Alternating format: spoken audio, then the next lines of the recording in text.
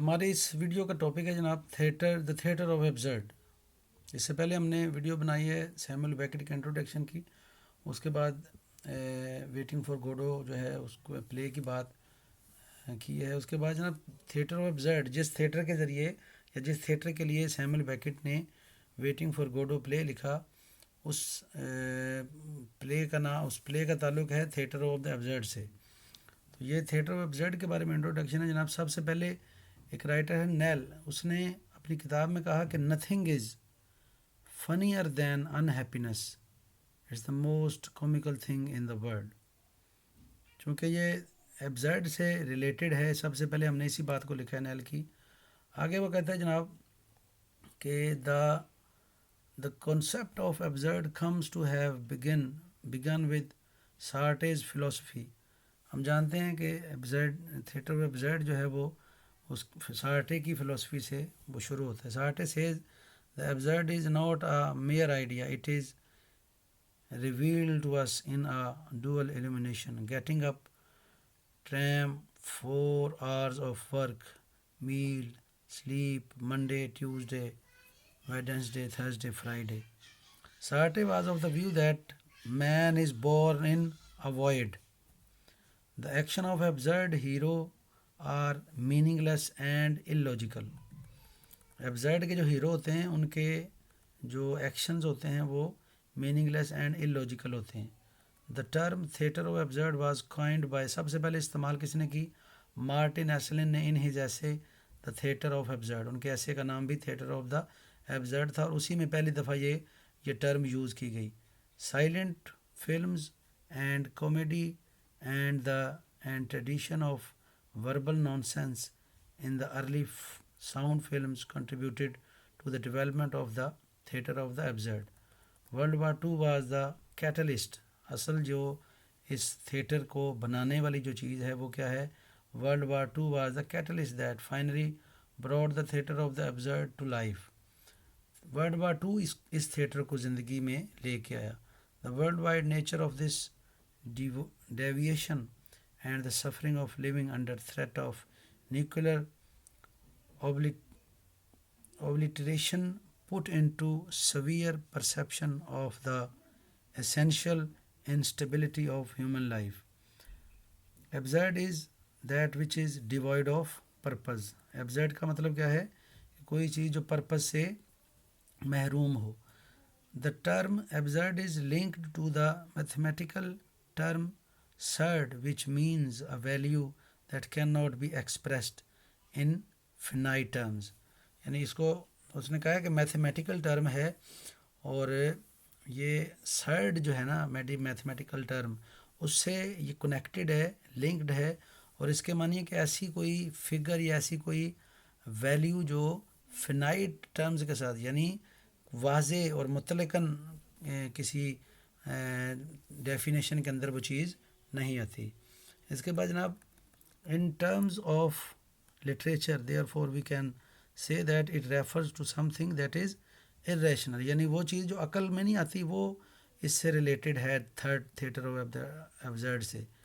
جیسے ہم waiting for گوڈو کو دیکھتے ہیں تو اس میں ساری کی ساری چیزیں، سارے کے سارے ایکشن، سارے کے سارے ڈائیلاگز اور کریکٹرز کی جو موومنٹس ہیں وہ ساری کی ساری ایبزرڈ نظر آتی ہیں، بظاہر ایبزرڈ نظر آتی ہیں، لیکن ان کی جو گہرائی ہے اس کو دیکھا جائے تو اس میں بہت زیادہ ڈیپتھ ہے.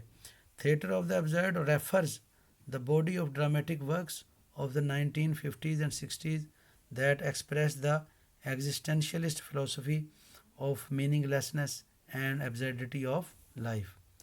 یہ اہم بات ہے کہ theatre of the absurd refers the body of dramatic works. 1950 سے 1960 کے درمیان میں جو ڈرامیٹک ورک ہوا اور اس میں انہوں نے کیا زیادہ چیز ظاہر ہوئی جس کا غلبہ تھا وہ ایگزسٹینشلسٹ فلسفی of meaninglessness and absurdity of life. یعنی زندگی کی بے مقصدیت اور زندگی کا بے معنوی ہونا، وہ اس ایگزسٹینشلسٹ فلسفی جو ہے وہ اس کے اوپر زور کرتی ہے. اور 1950-60 کے درمیان میں جو اس سوچ کو رکھتے ہوئے پلیز لکھے گئے وہ سارے کے سارے تھیٹر آف دا ایبزرڈ کہلاتے ہیں. Theatre of the absurd came about as a reaction to World War II. یہ ہم پہلے بھی جان چکے ہیں کہ World War II was a catalyst of this theater. It presented a world which can not be logically explained. یہ ایسی دنیا ظاہر کرتا ہے جو لاجیکلی ایکسپلین نہیں کی جا سکتی. The mood of most absurdist play is tragicomedy کامیڈی. جو ان پلیز کا جو موڈ ہوتا ہے وہ زیادہ تر ٹریجی کامیڈی ہوتا ہے, یعنی اس کے اندر ایسی کامیڈی ہوتی ہے جو جس کے اندر ٹریجڈی چھپی ہے اور ایسی ٹریجڈی جس کے اندر کامیڈی چھپی ہے, یعنی دونوں کا مکسچر ہوتا ہے. نو ٹریڈیشنل پلاٹس, اس کے اندر ٹریڈیشنل پلاٹ نہیں ہوتے. Absence, emptiness, nothingness and unresolved mysteries are central feature in many absurdist plots. اور absurdist plots کے اندر ایبسنس ہوتی ہے, ایمپٹینس ہوتی ہے, نتھنگنیس اینڈ unresolved mysteries ہوتی ہیں, یعنی ایسے راز جو ریزولو نہیں ہوئے. ہم ویٹنگ فار گوڈو کو اگر دیکھیں تو گوڈو ایکٹ 1 میں بھی بوائے آ کے کہتا ہے کہ وہ کل آئے گا, اور ایکٹ 2 کے اینڈ پہ بھی ہم دیکھتے ہیں کہ گوڈو جس کا ویٹ کیا جا رہا ہے وہ نہیں آتا, بلکہ کل آنے کا پرومس. انریزولوڈ مسٹریز ہیں, نہ جانے کب آئے گا. The characters in absurdist drama are lost and floating in an incomprehensive universe. Despite its reputation for nonsense language, much of the dialogue in absurdist plays are naturalistic.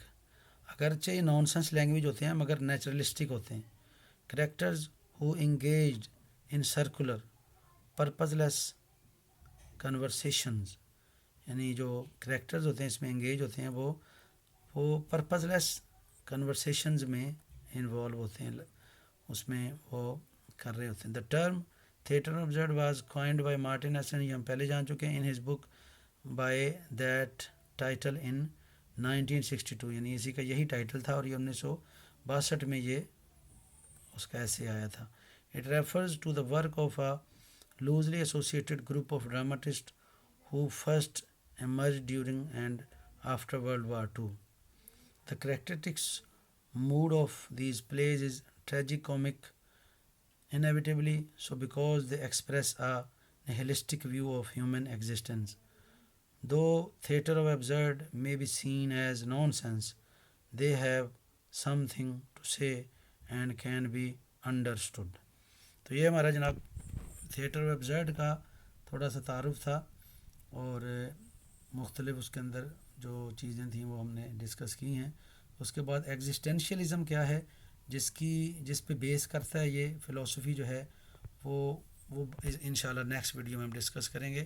آج کے لیے یہ تھیٹر آف ایبزرڈ کا انٹروڈکشن یہاں پہ ہم ختم کرتے ہیں. آپ کو اگر اچھا لگا تو ہائی لائن اکیڈمی ٹیوٹوریل کو سبسکرائب کریں اور بیل آئیکن کو پریس کریں تاکہ نیکسٹ آنے والی ویڈیوز آپ تک پہنچ سکیں. اللہ حافظ.